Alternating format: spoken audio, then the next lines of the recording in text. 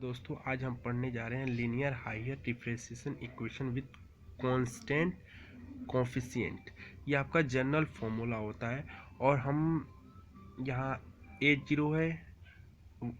अब a का जो भी पार्ट आता है a0 a1 a2 a3 an तक हम उसे कांस्टेंट रूप में मानते हैं। और ये जो आपका ये q है इसे मानते हैं पार्टिकुलर इंटीग्रल।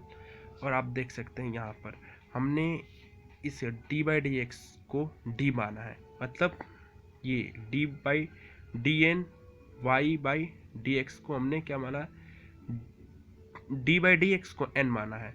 बस हमने अब वही रख देते हैं सिंबॉलिक फॉर्म में, डी एन ए आपका ए है, ए हो गया।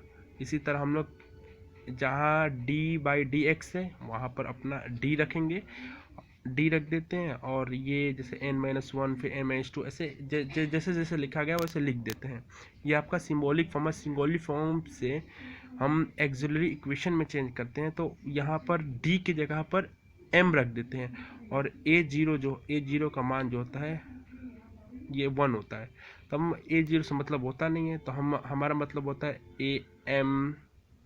a से मतलब होता है, पर फुल a से मतलब होता है। बस ये आपको ध्यान देना है। ये आपका जनरल सॉल्यूशन जब हम सॉल्यूशन करते हैं तो y = CF + PF होता है, CF + PI होता है। सॉरी, मैंने थोड़ा बोला PF बोल रहा था, लेकिन PI होता है। और CF = होता है CF का मतलब फुल फॉर्म होता है कॉम्बिनेटरी फंक्शन होता है। और PI का मतलब पार्टिकुलर इंटीग्रल ये होता है CF/PF। अब जब हम पूरा सॉल्यूशन करते हैं तो पहले CF निकालेंगे। CF का पार्ट ये आपका यहाँ से लेकर और यहाँ तक आपका जो होता है बराबर के इधर LHS वाला भाग, LHS का जो पार्ट होता है वो आपका होता है CF। PI होता है Q वाला पार्ट PF होता है।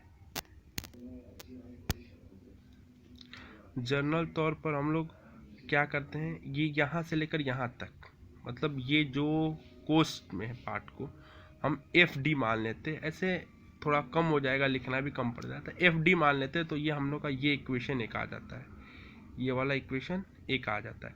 इस पर देखते हैं अब कैसे करेंगे आगे सवाल। लेकिन अभी पहले मैं जनरल तौर से फॉर्मूला बता दूँ, उसके बाद आपको आगे बढ़ूँगा। अब मैंने बताया था ये आपका formula FD/Y, FD × Y = Q।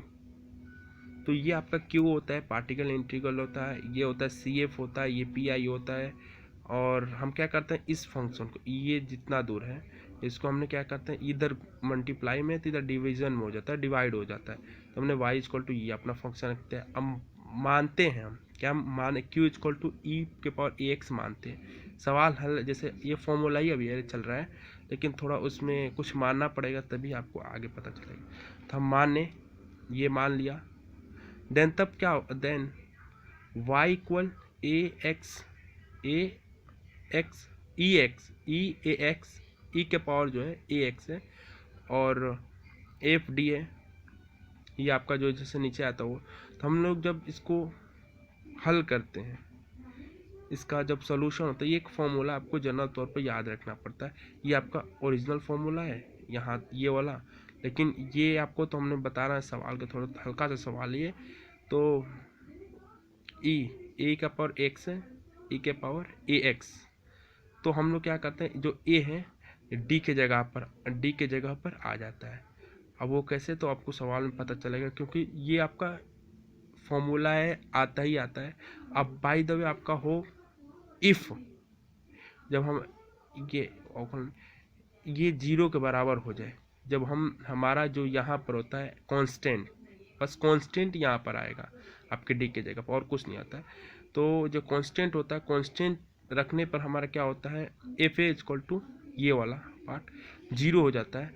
तो हम इसको एक बार अवकलन करते हैं, ऊपर x से मल्टीप्लाई करते हैं, जैसा हम आपको यहाँ पर दिखा सकते हैं। x से मल्टीप्लाई किए हैं और एक बार नीचे का अवकलन करते हैं। ऐसे ही करते हैं, बार बार करते रहेंगे जब तक 0 ना आए। पार्टिकल इंटीग्रल में एक और होता है, जैसे कॉस साइन होता है। तो हम लोग यहाँ पर एक माने, एक ये क्या आपका फंक्शन है LHS में, ये आपका CF और PI है, ये RHS PI है। तो इस पर भी एक सवाल आता है बेसिक रूप से। तो हम लोग जैसे यहाँ पर आपको हमने बताया था, ये पार्ट को हम लोग क्या करते हैं, इधर डिवीज़न में भेज देते हैं मल्टीप्लिकेशन से। इसे से हम लोग इसे भी हम लोग क्या करते हैं, इस पार्ट को डिवीज़न में भेज देते हैं, और ये कांस्टेंट जो होता है उसका, जैसे यहाँ पर डी स्क्वायर है तो स्क्वायर करते हैं बट माइनस लगा देते हैं। माइनस लगाना जरूरी होता है। ये फॉर्मूला एक तरह से फॉर्मूला है, बस इसको माइनस लगा देते। जैसे यहाँ पर हम लोग माइनस लगाए हैं और ये डी होता है, डी मीन्स बाय डेरिवेशन होता है। अब देखिए एक होता है ये फॉर्मूला आपका आता है, तो ये आपका है डी, इसको भी हम ऐसे भेज देते हैं। आपको ये सब समझ में आया। वाई इक्वल टू, मतलब ये वाई के टर्म में लाते हैं कब, जब पार्टिकल इंटीग्रल निकालते हैं, जब RHS वाला पार्ट निकालते हैं तब की ये सब होती है। क्योंकि CF निकालने में बस एक ही स्टेप होता है, बट पार्टिकल इंटीग्रल निकालते हैं, पार्टिकुलर इंटीग्रल, तो इसको डिफरेंट पार्ट में चेंज करते रहते हैं। तो देख लीजिए, तो हम लोगों ने ये किया FD वाई, तो हमने इधर भेज दिया।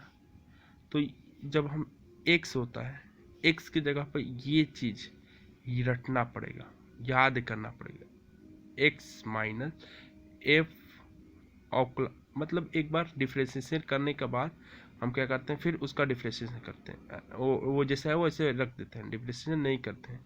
जैसे FD है तो x equal to F' by FD sine x by FD, मतलब ये डिफ्रेंशिएशन है तो हम इंटीग्रल करेंगे। आप ध्यान से, आप FD है डिफ्रेंशिएशन करना है तो हम लोग नीचे है, ऊपर अब जाएंगे तो इंटीग्रल हो जाएगा।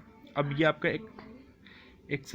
ऐसे सवाल में आता है कि कब क्या होगा, तो ये आता है E iota AX equal to cos AX plus iota sine AX। Cos AX जो होता है रियल पार्ट होता है, जबकि साइन AX होता है ये इमेजिनरी पार्ट होता है। ये आपका कुछ महत्वपूर्ण सवाल था, सवाल बोल रहे हैं सॉरी, क्वेश्चन बोल रहे हैं, फॉर्मूला है जो कि इसमें linear higher order differentiation order में differentiation equation with constant coefficient में है। तो आपको ये सब ध्यान देना पड़ेगा, तभी इस चैप्टर से इसका जो सवाल होगा तभी सॉल्व कर पाएंगे। थैंक यू मेरी वीडियो देखने के लिए।